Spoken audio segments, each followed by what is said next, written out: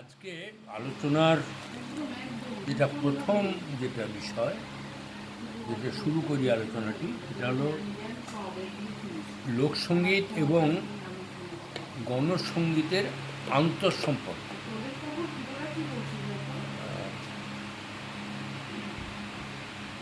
লোকসঙ্গীত তার যে সংজ্ঞা যেটা আছে, বৈজ্ঞানিক সংজ্ঞা, সেটা হলো যে লোকসঙ্গীত হলো শ্রমজাত সঙ্গীত। আমি আগেও আলোচনাতে বলেছি, শ্রমজাত সঙ্গীত অথবা শ্রমজীবী মানুষের অবসর বিনোদনের সঙ্গীত। এটা সংজ্ঞায়িত করা হয়েছে এইভাবে বিষয়টি। আরেকটু যদি পিছিয়ে যাই আমরা লোকসঙ্গীতের অরিজিন, লোকসঙ্গীতের প্রথম যে শুরু যেখান থেকে হলো সেটা হলো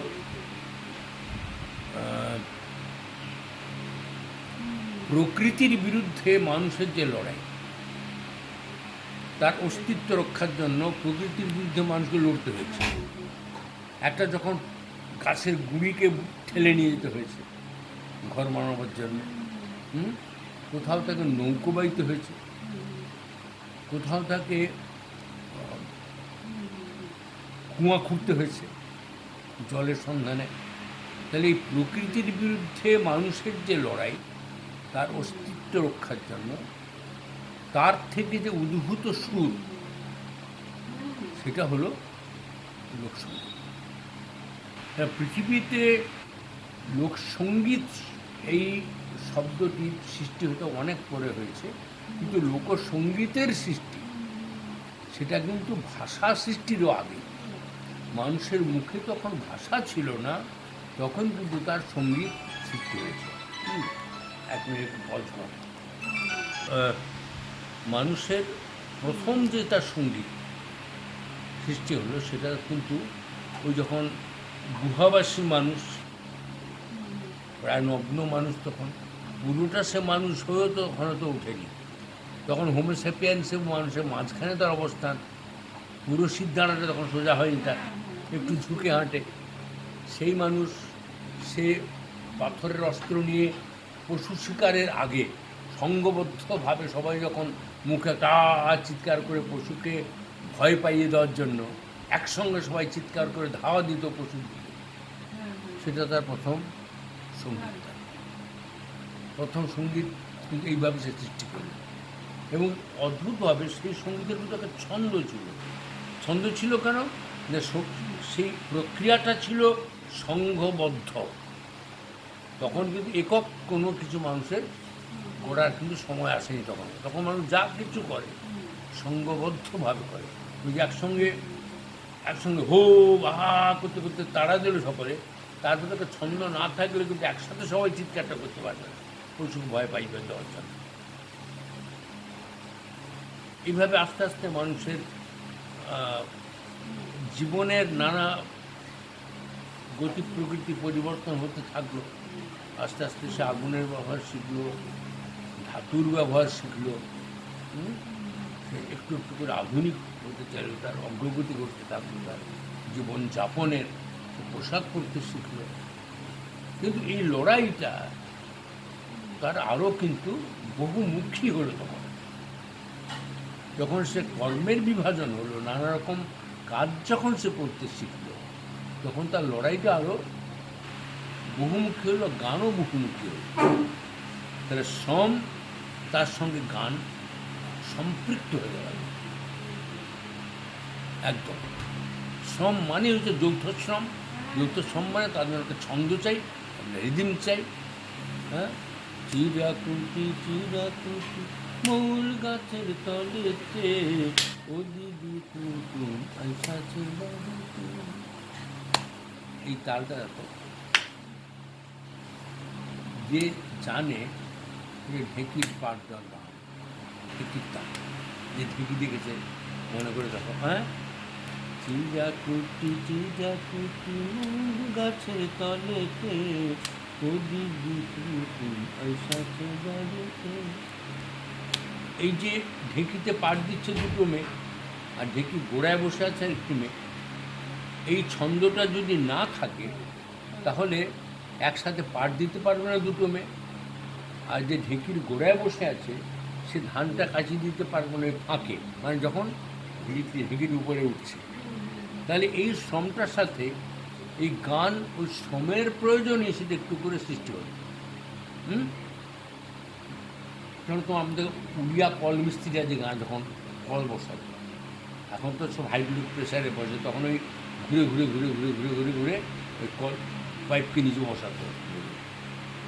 তারা প্রত্যেকে গান গাইতে দেখো, এই যে একসাথে চারটে লোক একসাথে ওই পাইপটা চারদিকে ঘুরছে, ওইটা নিয়ে একটা গান না হলে ওই ছন্দ, শরীরের ছন্দ না পেলে একসাথে ওই একটা প্রেশারটা দিতে পারবে না। নৌকো বাইতে যাচ্ছিল, নাও ছাড়িয়াতে বাধাও রাইয়াতে ছাড়াইয়া চলে মাঝি মাঝে দইরা দিয়ে মাঝি। এই দেখো ওই গানের প্রতিটি ছন্দের সাথে নৌকোর দাঁড় বাইবার যে ছন্দ, সেটা ওই ছন্দটা না পেলে 10টা লোক কিন্তু একসাথে দাঁড়টা ফেলতে পারবে না। আর দাঁড় যদি বেতালা পড়ে 10জন, নৌকো উঠে যাবে। তাহলে একসাথে তাকে ওই কাজটা করার জন্য তাকে ছন্দ বা রিদম, সঙ্গীতের দরকার হচ্ছে। ছাদ পেটার গান, পালই পালনকে ঘুমাইছে সোনা মাইব, পালই পালনকে ঘুমাইছে, পালই পালনকে ঘুমাইছে সোনা মাইব, পালই পালনকে ঘুমাইছে। 50টা মেয়ে, তখন ছাদ পেটা হতো, এখন ঢালাই ছাদ হতো না, চুনসুরকি দিয়ে ছাদ পেটানো হতো, চিটে গুড়ের জল ঢেলে দিয়ে, কাঠের মুকুট দিয়ে 50টা মেয়ে একসাথে ওই ছাদ পেটত। এই তালটা তখন, ওই তালটা না হলে একসাথে ছাদ পেটা শব্দটা ওইটা সব ছন্দ। কিন্তু এই মুকুটটা দিয়ে পেটাচ্ছে ছাদ, তখন নজরুল লিখলেন এই পালই পালনকে ঘুমাইছে, এই তাল দেখো, এই ছাদ পেটার অন্য কোনো তাল না। হ্যাঁ, সারা দিন পিটি কর দালানের ছাতব, সারা দিন পিটি কর দালানের ছাতব, পেট ভরে ভাত পাই না ধরে আছে হাত, সারা দিন পিটি একসঙ্গে। হ্যাঁ, ছাদ পেটার গান।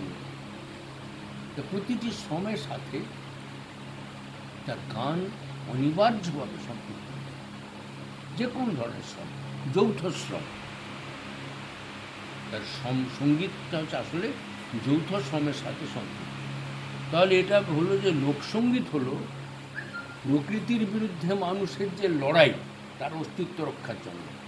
কিন্তু প্রকৃতির বিরুদ্ধে তার অস্তিত্ব রক্ষার লড়াই, তার থেকে উদ্ভূত সুর বা ছন্দ যে শ্রমটা থেকে করতে হয় তার জন্য, সেই সুর বা ছন্দ হলো তার আদিম লোকসঙ্গীত। প্রথম পার্ট। লোকসঙ্গীতের পাশে শ্রম সঙ্গীত ছাড়াও আগেই বলেছি যে সারাদিন তো আপনি লোক কাজ করে না, তারও অবসর আছে। সে অবসর সময়ে সে গান লিখে, গান গায়, সে গান তার ব্যথা, বেদনা, যন্ত্রণা, বিরহ, প্রেম, এ সব কিছুকে জড়িয়ে থাকে। হ্যাঁ, কাজেই এটা তার অনিবার্য হয়ে ওঠে লোকসঙ্গীতটা জীবনের বেঁচে থাকার সাথে। আবার উচ্চারণ করলাম, প্রকৃতির বিরুদ্ধে মানুষের যে লড়াই, সেই লড়াই থেকে উদ্ভূত যে সঙ্গীত, সেই সঙ্গীত হলো তার লোকসঙ্গীত। এই প্রকৃতির বিরুদ্ধে মানুষের লড়াই কালক্রমে একটু একটু করে একটা সময় এসে মানুষের বিরুদ্ধে মানুষের লড়াইতে পরিণত হয়েছে। অর্থাৎ প্রকৃতি কিছু দাবিয়ে রাখার জন্য, প্রকৃতির বিরুদ্ধে যাওয়ার জন্য তাকে একজোট হতে হয়েছিল। সেখানে তার সঙ্গে ছিল, সৃষ্ট গান ছিল লোকসঙ্গীত। সেই মানুষ যখন মানুষের বিরুদ্ধে তাকে লড়তে হচ্ছে, কোন মানুষ না, যখন পৃথিবীতে দু ধরনের মানুষ ভাগ হয়ে গেছে, একদল খেটে খায় আর একদল খাটিয়ে খায়। এই যে খাটিয়ে খায়, যে খেটে খায় সে নিজের শ্রমে খায়, যে খাটিয়ে খায় সে অপরের শ্রমে বসে খায়, মালিক পক্ষ। তাহলে একটা শ্রেণী আরেকটা শ্রেণীকে উৎপীড়ন করছে। তার হকের পাওনা থেকে বঞ্চিত হচ্ছে। অর্থনীতিতে উদ্বৃত্ত মূল্য বলে একটা কথা বলা হয়। এগুলো একটু অদ্ভুতভাবে গান তার তত্ত্ব সব কিছু উদ্বৃত্ত সারপ্লাস ভ্যালু। কৃষি সারপ্লাস ভ্যালু, ধরো একটা জিনিস উৎপাদন করতে হচ্ছে, এই বোতলটা উৎপাদন, যে র মেটেরিয়ালটা সেইটা ধরো তার দাম 1 টাকা র মেটেরিয়াল। এবারে যে মেশিনে এটা তৈরি হবে, সে মেশিনটা ব্যবহার হবে, তার জন্য একটা ডেপ্রিসিয়েশান, ক্ষয়ক্ষতি হবে মেশিনটা, সেটার জন্য তো আরও একটা ডেপ্রিসিয়েশন ওটা। তাহলে এই বোতলটা তৈরি করতে র মেটেরিয়াল লাগছে, উৎপাদনের উপকরণ কী কী লাগছে, কাঁচামাল লাগছে, যন্ত্র লাগছে, কেমন? আর কি লাগবে? কাঁচামাল আর যন্ত্র নিতে হবে না, শ্রম লাগবে। একটা মানুষ তো কাজটা করবে, এর সঙ্গে শ্রম যুক্ত হলো, শ্রম অর্থাৎ উৎপাদন প্রক্রিয়া সম্পূর্ণ হলো। খালি কাঁচামাল আর যন্ত্র থাকলে হবে না, মানুষ চাই এদেরকে অপারেট করবার জন্য, তার সঙ্গে শ্রম যুক্ত হলে উৎপাদন প্রক্রিয়া সম্পূর্ণ। এবার উৎপাদন প্রক্রিয়া সম্পূর্ণ হওয়ার পর বোতলটা যখন তৈরি হয়ে বেরোলো, তখন এটার দাম হলো 40 টাকা। তাহলে 2 টাকা ইনভেস্টমেন্ট ছিল, 1 টাকা র মেটেরিয়াল আর 1 টাকা ডেপ্রিসিয়েশন। আর বোতলটা যখন বাজারে এলো তখন তার দাম 40 টাকা কি 30 টাকা। তাহলে বাকি 28 টাকাটা কোথায় এলো? সারপ্লাস ভ্যালু কোথায় গেল? অর্থনীতি, বৈজ্ঞানিক অর্থনীতি বলছে, অর্থনীতির দুটো বিভাজন আছে। এক, যে অর্থনীতি আমরা পড়ি, যে অর্থনীতি পড়ে আমাদের পরীক্ষা লিখতে হয় পাস করার জন্য, ভ্রান্ত ভুল অর্থনীতি। এটা বলছে মালিক যে ইনভেস্ট করেছে তার মুনাফা, তার প্রাপ্য হয় নাকি, সে কিছুই করে না, একটু মগজ লেগেছে, তার 26 টাকা প্রাপ্য হয়ে যায়নি। তা এটা হলো সারপ্লাস ভ্যালু, হচ্ছে শ্রমিকের শ্রম এর সাথে যুক্ত হওয়ার ফলে এটার দাম হলো 30 টাকা। এরপর শ্রমিককে মালিক দিল 5 টাকা, 28 থেকে 5 গেলে বাকি 23 টাকা মালিকের মুনাফা, উদ্বৃত্ত। এই যে শোষণ প্রক্রিয়া পুঁজিবাদী অর্থনীতিতে, এই এক্সপ্লয়টেশন বা এই শোষণের বিরুদ্ধে মানুষ যুগে যুগে জেহাদ ঘোষণা করেছে। এই খেটে খাওয়া মানুষের দল, খাটিয়ে খাওয়া মানুষের বিরুদ্ধে তারা জেহাদ ঘোষণা করেছেন। তাহলে মানুষের বিরুদ্ধে মানুষের লড়াই শুরু হচ্ছে। যে লড়াই একদিন প্রকৃতির বিরুদ্ধে মানুষের শুরু হয়েছিল তাদের অস্তিত্ব রক্ষার জন্য, সে লড়াইটা কালক্রমে মানুষের বিরুদ্ধে মানুষের সংগ্রামে রূপান্তরিত হলো, যাকে বলা হলো শ্রেণী সংগ্রাম।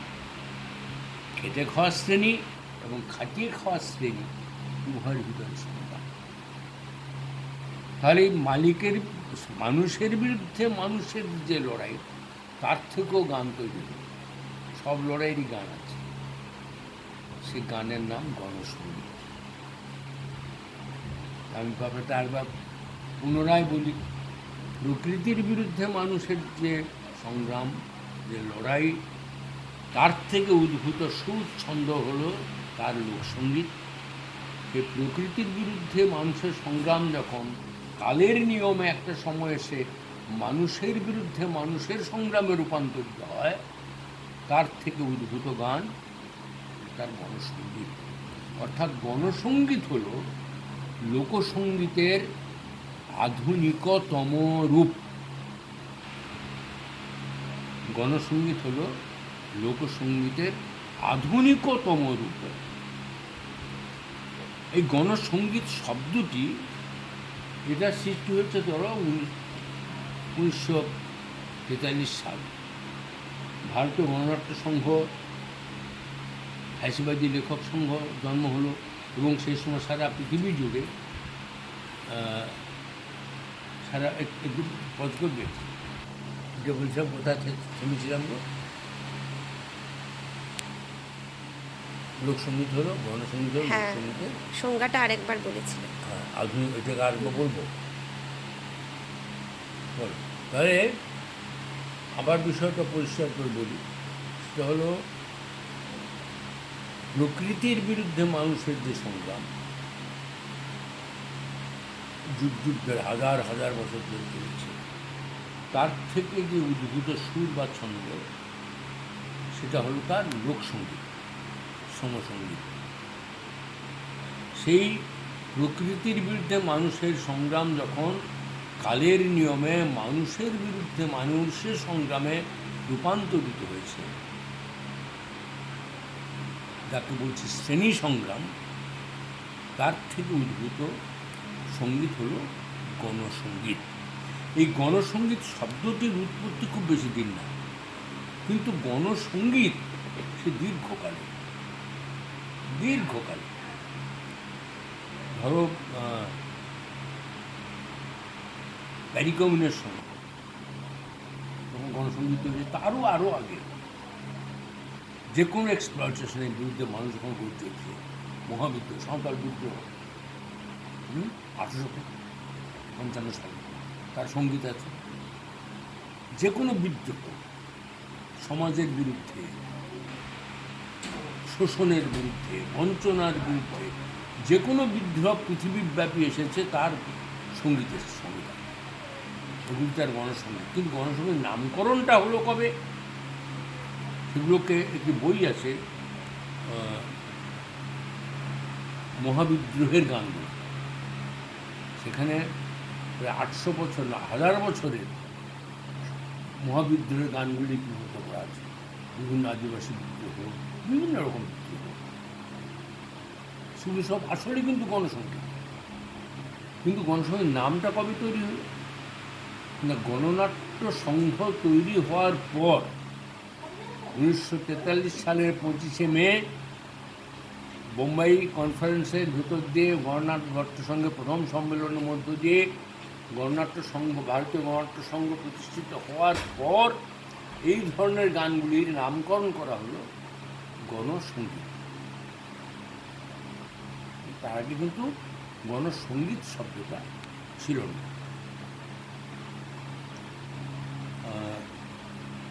সে সময়কালটা দেখো, দ্বিতীয় বিশ্বযুদ্ধে বিধ্বস্ত পৃথিবী, এই বিশ্বব্যাপী ফ্যাসিবাদের উত্থান, হিটলার, মুসলিনি, তার বিরুদ্ধে সারা পৃথিবীর বুদ্ধিমান মানুষ মানবতার পক্ষে মাথা তুললেন। রোমারোলার মতো লোক, রবীন্দ্রনাথের মতো লোক, তারা এর বিরুদ্ধে সোচ্চার হলেন এবং সারা পৃথিবীব্যাপী ফ্যাসি বিরোধী লেখক শিল্পী সংঘের জন্ম হল। তারও গান তৈরি হল ফ্যাসিবাদের বিরুদ্ধে। পরবর্তীকালে প্রগতি লেখক সংঘের জন্ম হল, যে ফ্যাসি বিরোধী লেখক শিল্পী সংঘ, এটা কিন্তু অনেক ব্যাপক মঞ্চ ছিল, যুদ্ধ বিরোধী মঞ্চ। যুদ্ধ বিরোধী যে কোনো শক্তি এই মঞ্চে কিন্তু আশ্রয় নিয়েছিল ফ্যাসিবাদের বিরুদ্ধে। এমনকি আমেরিকাও তো ফ্যাসিবাদের বিরুদ্ধে লড়াই করেছে মিত্র শক্তি হিসেবে, হিটলারকে পরাজিত করার জন্য।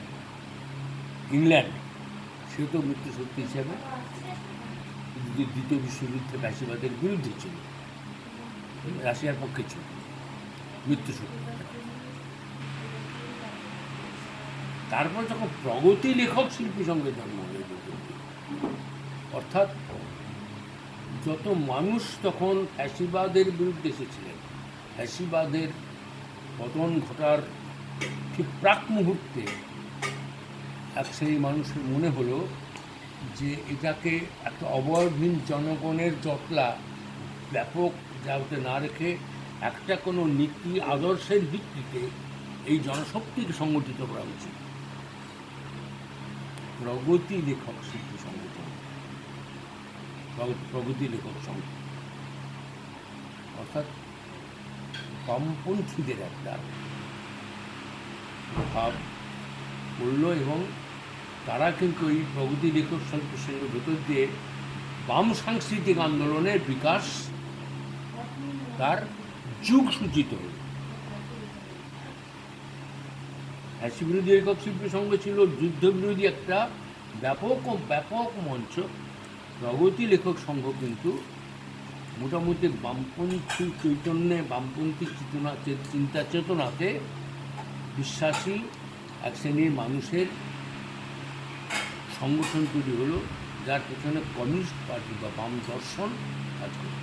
তারা মনে করলেন যে ফ্যাসিবাদের চরম পতন ঘটাতে হলে পুঁজির চরম পতন ঘটাতে হবে। আর পুঁজির চরম পতন ঘটাতে হলে মার্কসিজম হচ্ছে তার সবথেকে নির্ভরযোগ্য পথ। সেখান থেকে আবার 1943 সালে ওই পরিবেশের ভিতরে ভারতবর্ষের বুকে একটি নতুন প্রতিষ্ঠানের জন্ম নিল। এগুলো কিন্তু আন্তর্জাতিক সংগঠন ছিল। ভারতবর্ষে এসে ভারতীয় গণনাট্য সংঘে জন্ম নিল, এবং সেই সময় গণনাট্য সংঘে সব বিখ্যাত লোকেরা ছিলেন। উদয় শঙ্কর, রবিশঙ্কর, বলরাজ সাহানি, প্রেম ধাওয়ান, বহু মানে কাপুর, পৃথ্বীরাজ কাপুর, সব কিন্তু শোভা ঘটে, এসব কিন্তু গণনাট্য সংঘের তাদের উত্থান কিন্তু মুম্বাইতে। এই গণনাট্য সংঘের উত্থানের পর এই গানগুলিকে এক জায়গায় একাট্টা করার একটা উদ্যোগ নেওয়া হয়। গণসঙ্গীত, শুধু গণসঙ্গীত নয়, গণসঙ্গীতের আদি গান পুরুষের, তার গান, এবং 43 সালে গণনাট্য সংঘ গঠিত হওয়ার পর যে গানগুলি সৃষ্টি হলো সেগুলিকে নথিভুক্ত করা কিন্তু তাকে নামকরণ করা হলো এটা গণসঙ্গীত। আর যেসব মানে যে গানগুলি মানে দেশপ্রেমের গান, দেশভক্তি বা দেশপ্রেমের গান সাথে গণসঙ্গীতকে কিন্তু একটু ভিন্ন জায়গাতে রাখা হয়। দেশপ্রেমের গান মানেই কিন্তু গণসঙ্গীত না, কারণ গণসঙ্গীতের সঙ্গে বললাম শ্রেণীদ্বন্দ্বটা লুকিয়ে থাকে। যেহেতু মানুষের বিরুদ্ধে মানুষের লড়াই, এখান থেকে একটা দেশের বিরুদ্ধে একটা লড়াই, দেশের যখন লড়াই হচ্ছে তখন দেশাত্মবোধ, আমার দেশের মাটি তোমার একটা গায়ে মাথা, এখানে কিন্তু শ্রেণীদ্বন্দ্ব নেই কিছু, শোষণের কথা মনে করে, বঞ্চনার কথা বলে নেই। আমন দৃষ্টি কোথাও কিছু ভাবে না কোথাও, সকল দেশের রানী চাইলে দেশাত্মবোধক গান, দেশকে মাতৃ কল্পনা করে, মা হিসাবে কল্পনা করে অসংখ্য দেশপ্রেমের গান তৈরি হল, অসংখ্য। কিন্তু গণসঙ্গীত হলো তার থেকে আরেকটি পথ, যেখানে দেশ বলতে কেবলমাত্র মাটি না, মানচিত্রটি না, সেখানে দেশ মানে কিন্তু দেশের ভেতরের এক্সপ্লয়েটেড, নিপীড়িত, পীড়িত, না খেতে পাওয়া, গায়ে গতরে খাটা মানুষ, তারাই হচ্ছে আসল দেশ। তাদের মুক্তি, তাদের অর্থনৈতিক মুক্তি, তাদের লড়াই, অর্থাৎ গণসঙ্গীত সৃষ্টি হবে লড়াইয়ের ময়দান থেকে। আর সেই লড়াইকে আবার নতুন করে প্রাণিত করবে গণসঙ্গীত। তাই গণসঙ্গীত লড়াই ময়দান থেকে উঠে আসবে, আবার লড়াই যারা করছে তাদের উদ্বুদ্ধ করবে গণসঙ্গীত। রেসিপ্রোকাল এই ভূমিকাটি গণসঙ্গীত তখন কিন্তু পালন করতে শুরু করবে। এই লোকসঙ্গীত এবং গণসঙ্গীতের এই যে যাত্রাপথ, এটাকে অনেক সময় গুলিয়ে ফিরে এই ব্যাপারটা আমি মনে হয় যতটা সম্ভব পরিষ্কার করতে পারলাম। গণসঙ্গীত, আবার বলছি, গণসঙ্গীত কিন্তু লোকসঙ্গীতেরই আধুনিকতম রূপ। আজকে গণসঙ্গীতের যে রূপ আমরা দেখছি তার আসল বীজটা ছিল কিন্তু লোকসংস্কৃতির ভেতরেই। লোকসংস্কৃতি লড়াইয়ের গান, প্রকৃতির বিরুদ্ধে লড়াই, তার থেকে গণসঙ্গীত দাঁড়ালো মানুষের বিরুদ্ধে মানুষের লড়াই, শ্রেণী সংগ্রামের লড়াই গান। এটা হচ্ছে মানুষের সঙ্গীত এবং লোকসঙ্গীতের যে আন্তঃসম্পর্ক, ইন্টার রিলেশন, ইংরেজিতে আন্তঃসম্পর্কের বিষয়, এটা আমি একটু পরিষ্কার করে তোমাদের বুঝিয়ে বলার চেষ্টা করব। কত মিনিট হয়েছে?